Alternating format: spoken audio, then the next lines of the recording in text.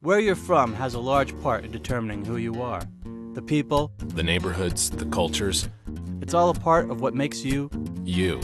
That also goes for the ghost stories, urban legends, and histories. Things that happened long ago still have a way of shaping our lives today. We're retelling yesterday's stories so you won't forget them tomorrow. Watch closely, and just maybe, you'll discover a little something about who you are. It's about the history behind the legends and the stories behind the facts. We call them Hometown Tales. Because every town has one.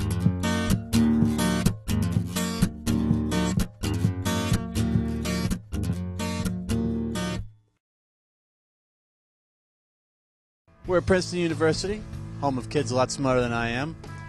Universities and colleges, they're a great place for urban legends to be created. Gene took his camera to Lawrence, Kansas, home of the University of Kansas, and he came back with one hell of an urban legend. That's coming up right now on Hometown Tales. Hometown Tales is very fortunate to have several people who generously volunteer their support, services, and time to our show. One of them in particular is our announcer, Catherine. Recently, she got married, secured a great big Polish last name, and moved out to Kansas with her husband. Kat Skorupski now lives in Lawrence, Kansas, right near the University of Kansas. It would only be fitting that we pay her a visit, especially when we found out that she lives only 10 miles from the supposed gateway to hell. The University of Kansas is known for many things: quality education, its historic and cultural surroundings, and competitive basketball. But in the early 70s, the university would contribute to creating a mythical urban legend. A school newspaper ran an article about a cemetery in a sleepy small town 10 miles away. Stull, Kansas is a pretty simple town with not much more than a couple of churches, a Kiwanis club, and a very old cemetery. Ghost stories are a natural evolution to any old cemetery, but according to the KU article, the Stull Cemetery was haunted not by a ghost of a lost lover or a child called too soon. The Stull Cemetery was haunted by the devil himself.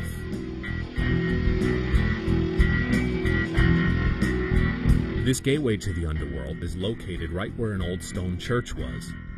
According to the legend, the gate opens on certain occasions. That put a lot of pressure on me to make sure my camera batteries were charged up and I had enough tape. God forbid I get an interview with the father of lies himself. I think that's it.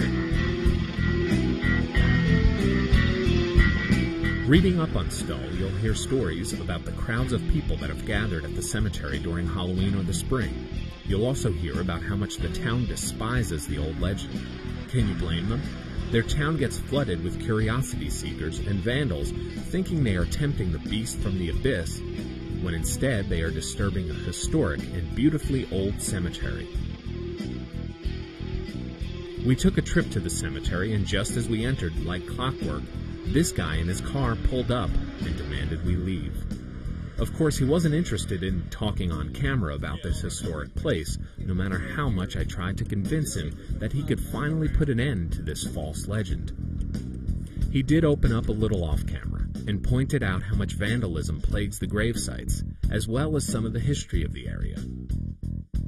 The truth behind the legend is the old, originally German church had a fire 2 years in a row on Halloween. From that spawned these magnified myths. While I'm convinced there really is nothing strange going on here, the fact that the townsfolk and cemetery board are so adamant about chasing the press away and deny any publicity on the subject, well, this doesn't help clear up the tale. Stull, Kansas has a beautifully historic cemetery with grave sites going back to the Oregon Trail. And while Hometown Tales understands their reservations of curiosity seekers, the rumor is already out there. Stull, Kansas cannot unring the bell.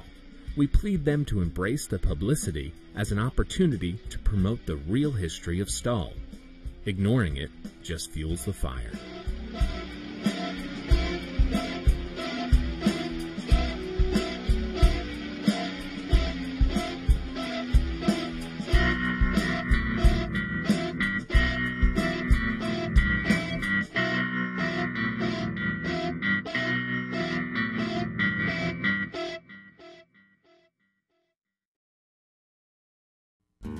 Paterson, New Jersey, Hamilton's Silk City. 1791, Alexander Hamilton built Paterson to be America's first planned industrial city, and then Aaron Burr shot him. By the late 1880s, Paterson was widely known as the Silk City for its abundant silk manufacturing.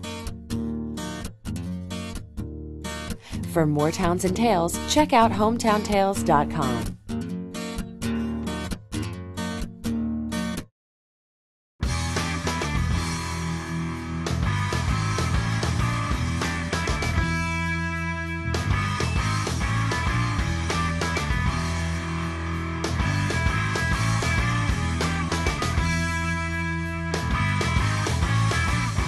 Sun don't seem right.